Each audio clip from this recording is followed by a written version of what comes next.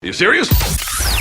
There are plenty of ways to kill some time out there. Thank you for killing some time with us. I'm Marcus Bronzy. I'm Funk Butcher. That little piece of attitude that you hear piping in once in a while is Billy. Billy the Kid. Billy's uncrossed his legs at the start of the show because by the end of the show he's going to give us a bit of attitude, and then you hear crosses his leg over and then goes, actually, Marcus, it's Tuesday, not Wednesday. Actually, Marcus, it's 7, not 6. Thank you for fact checking, Billy, and keeping us on point. You were eating a sub. What kind of... That's not a sub. What is that? Billy's just produced an arm. Deli meat feast sub. So Billy's just pulled a sandwich out of his... I like the way you wait until we press record so you bring out the world's noisiest sandwich, which is packed full of a whole butcher's full of meat. Billy, what sandwich is that, please?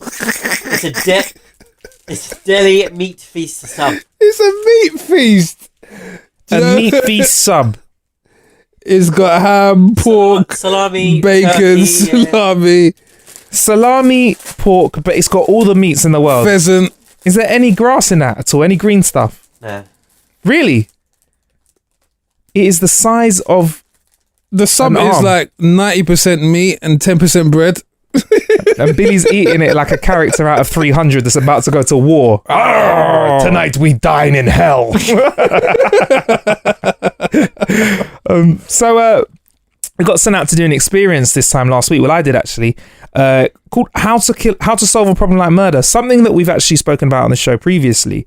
They're back with a new reiteration of it, 2017. Is Uncorked Theatre. They're based in northwest London at the moment at a pub called The Paradise, not too far from How to Kill an Hour Towers. And every week they have 3 or 4 showings of this interactive, immersive experience. Interactive and immersive, but also you can be passive at the same time. Basically, How to Solve a Problem Like Murder, you step into a bar, which I'd say, you know what, it's a timeless setup actually. You step into a bar and you have to put on a mask. So if me and you roll in there, me and you the listener, or me and you Funk, roll in there, or Billy after he's eating his sandwich, roll in there and get given a mask that you have to put on, sort of like a masquerade ball mask. Okay. And that signifies that you are a spectator. Okay. You then walk upstairs into the bar, have a few drinks, and in due time, the play or the performance starts on stage, and it's based... there's 7 suspects, yeah? And there's a murder. 7 sins, though, but no one's innocent. That's the strap line. Okay. And you basically watch this scenario unfold revolving around a murder. And most experiences like that, if I watched a play that was of that theme, you sit there and you kind of just watch it unfold. You're like, wow, crazy. And you kind of see everything happen. And they kind of skew the timeline because you see what happens outside. You saw what happened yesterday. So. But in this, 2 of the characters might fall out or walk out of the room, and you have to decide whether you stay with the conversation in one room or you leave and go into another room. Okay. And there's no boundary between you and the actors as well. So unlike theatre as well, where I'd sit down and watch, and there's a clear line. Stage is where you are, I am, or actor, or seating is where the audience is, actor is where the stage is. Here, you can sit anywhere. It's a normal bar. If someone needs to, like an actor needs to sit down or use something that you're at, they'll just go to use it and you have to move out of the way. So you're right in the action. You're right in this soap that unfolds. It's like a live episode of EastEnders, but better acting. It's like a live episode of EastEnders, better story and better acting, but you're right there in the action. And everything's happening in real time. Everything's happening in real time. So there could be an argument in the other room and you have to decide, shit sounds so exciting out there, but do I stay in this room here? Okay. And to help guide you through it as well, they've got some, I like to call them narrative aids, that are rolling around the set as well and helping you get the best out of it. Or they might show you a clue that no one else has. So like one of them gave me a clue that no one else had, and it really it really got me going. And I just want to say, like, for a written experience like that, imagine how you've written stuff, Funk. Like I've written stuff for TV, but not like narrative. You've written narrative stuff. Am I right in saying it's quite hard to write a story in its conventional way? Well, yes. So imagine you've written a story and you have to make it make sense for somebody that stays in room A. Yeah. But then you also have to make it make sense for people in room B, or if someone's in room C, or you have to make it make sense. What if they spend 4 first 20 minutes of the first act in room A, then 10 minutes of the first act in room C, then 5 minutes in room B. You have to make it make sense wherever you are. Yeah. Because I feel like wherever everyone was, you never get the whole story, but you have to have enough to keep you entertained. Because if it's hard because you've missed all the points and the drops, then you'd be like, oh, fuck this. I'm not going to guess the murderer. But they managed to sort of keep us all on tenterhooks. Yeah. That's pretty hard, isn't it? No, it's not even pretty hard. It's bloody difficult. I don't know how you would be able to construct a narrative strand which goes 1, 2, but 1 and 2 are running at the same time, but they still bring about a resolution of 3, because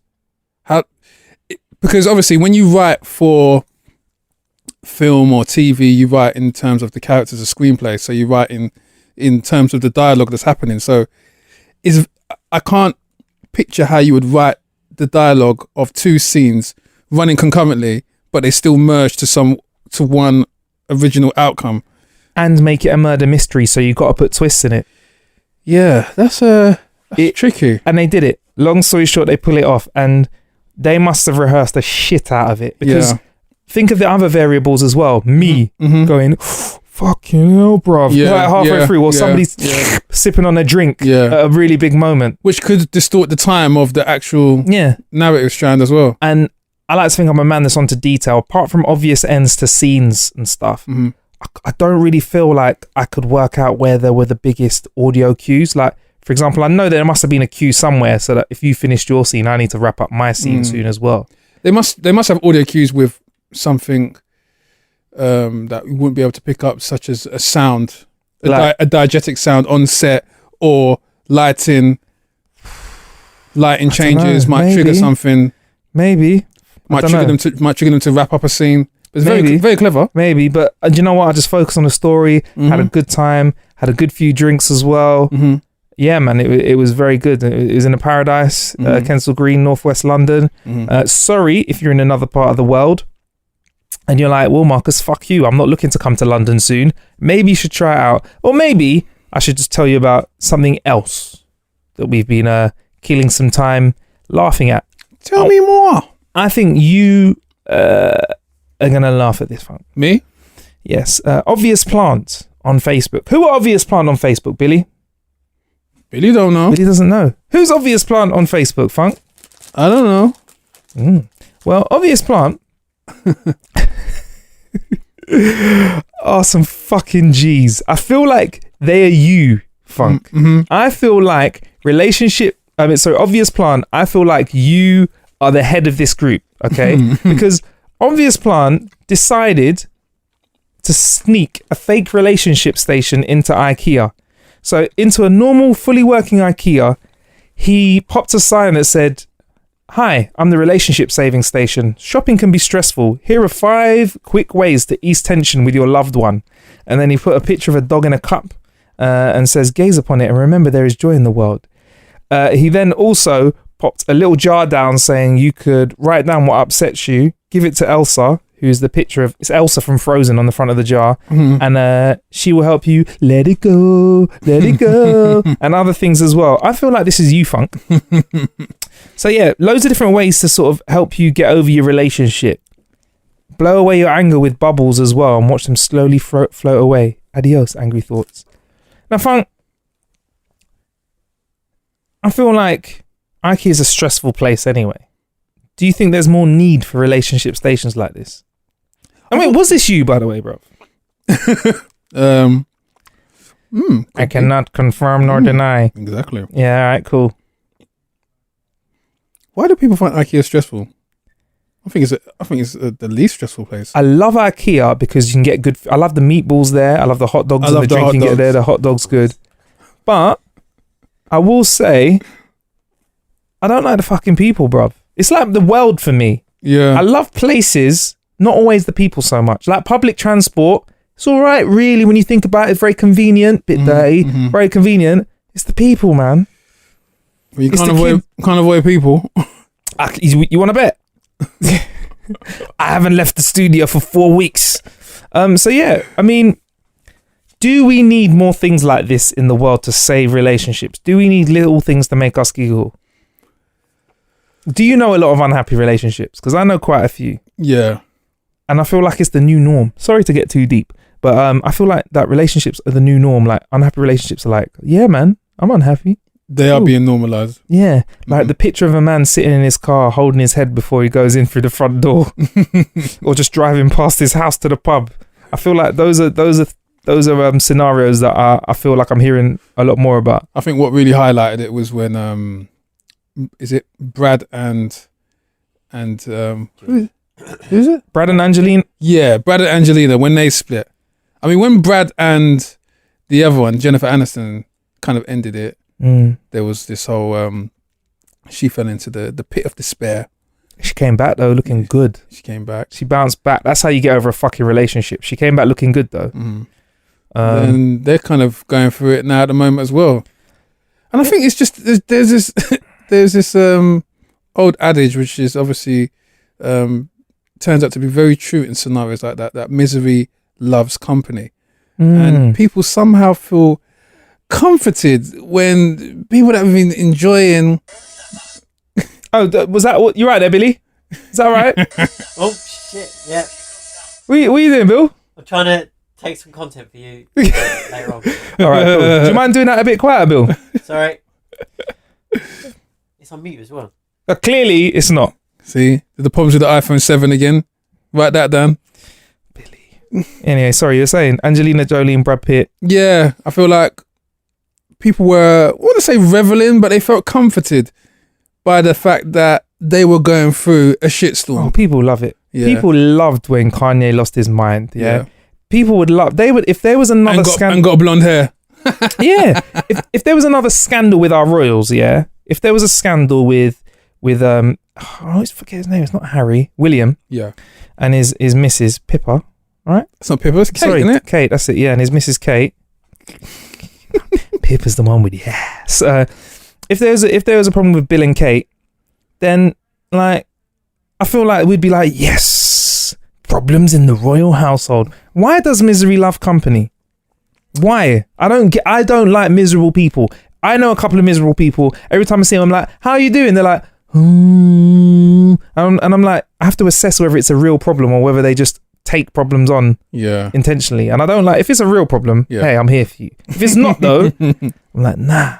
I think misery likes company because misery seems to be a universal language. It's like MasterCard. It's accepted everywhere.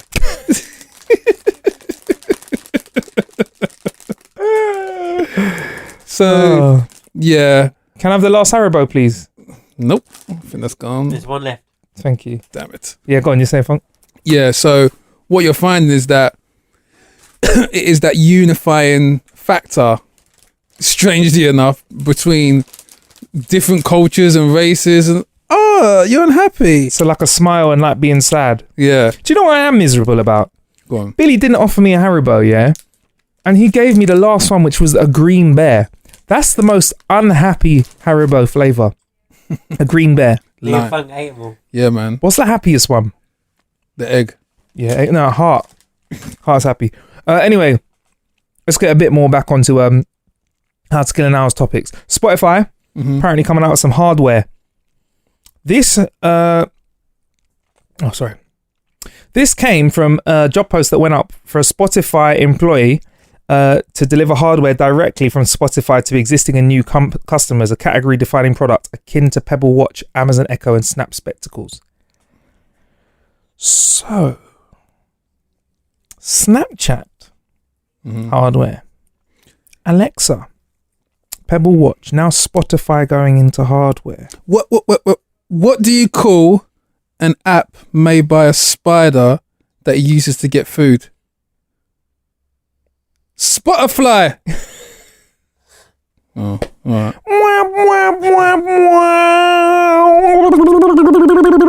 As we were. So Spotify making some hardware. So yeah, hardware from Spotify. About time. Do you reckon? Yes. What can you expect? Well, Billy's shaking his head. It's the only way they close the gap between them and the apple.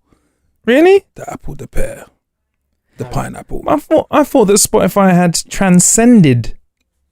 No, because I thought not needing hardware makes you like fluid like put me on an Android, put me on an Apple, put me on an iPad. I think it's always good to have your tangible products, your hardware, to coexist with your software. Then you can have a real ecosystem. So what are Spotify going to do then? Try and take on the Apple? Like what could their hardware look like? Well, the thing is, everyone's kind of copied that model with Google. They've developed hardware. Microsoft, all these companies that were initially just software, they've branched into hardware because they don't want to be piggybacking off the products of their competitors.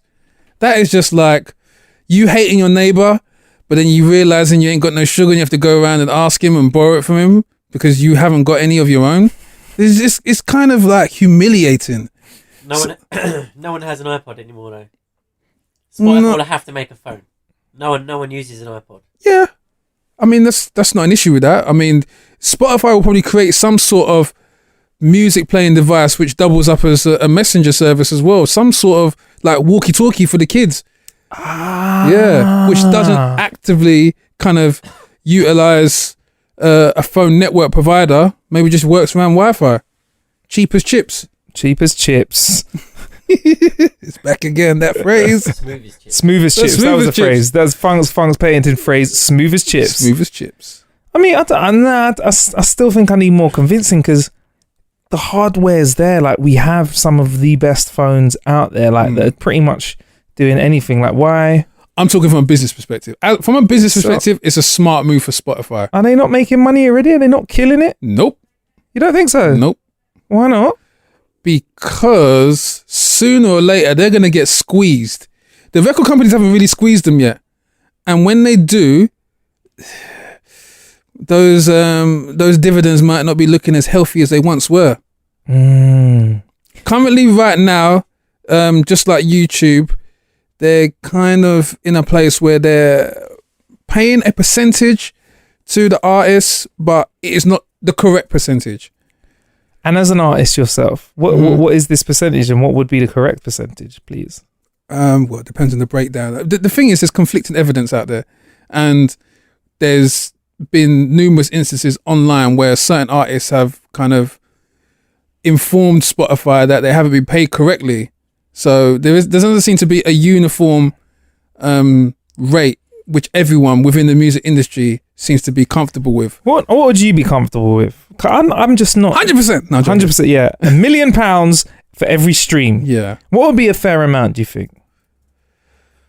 Well, a fair amount for the artist would always be a percentage more than the provider.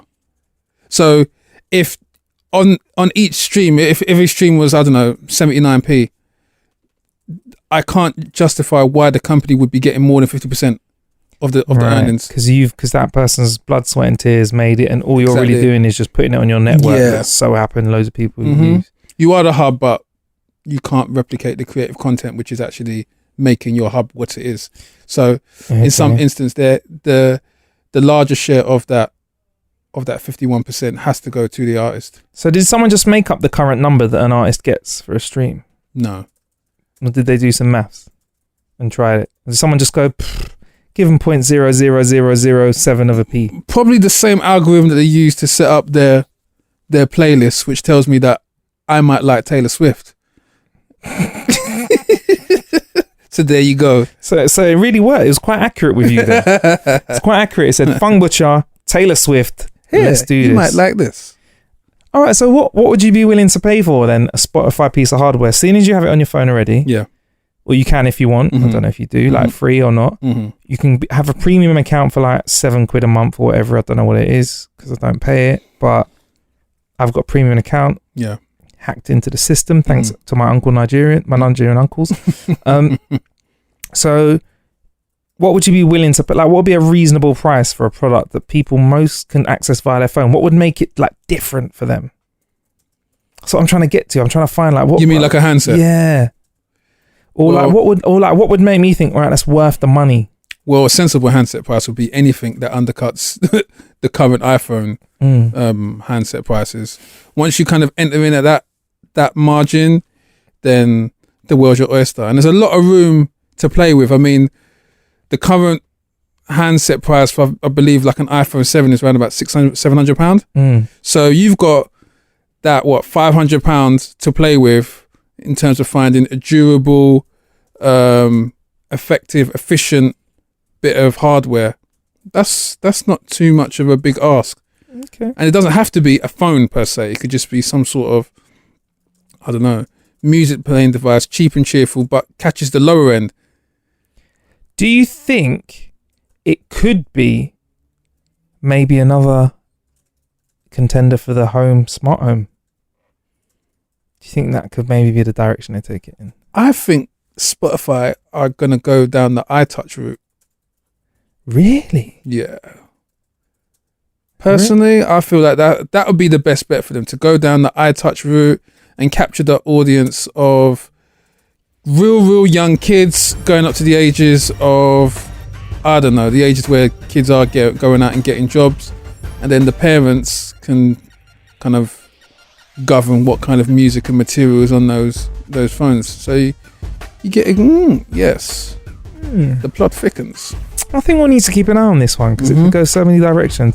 I'm going for smart home at the end of it. Funk's going for more of a device that you take around with you, maybe an iPhone contender. We will see. Plenty of ways to kill some time out there. Thank you for killing some time with me, Marcus Bronzy. And me, Funk Butcher.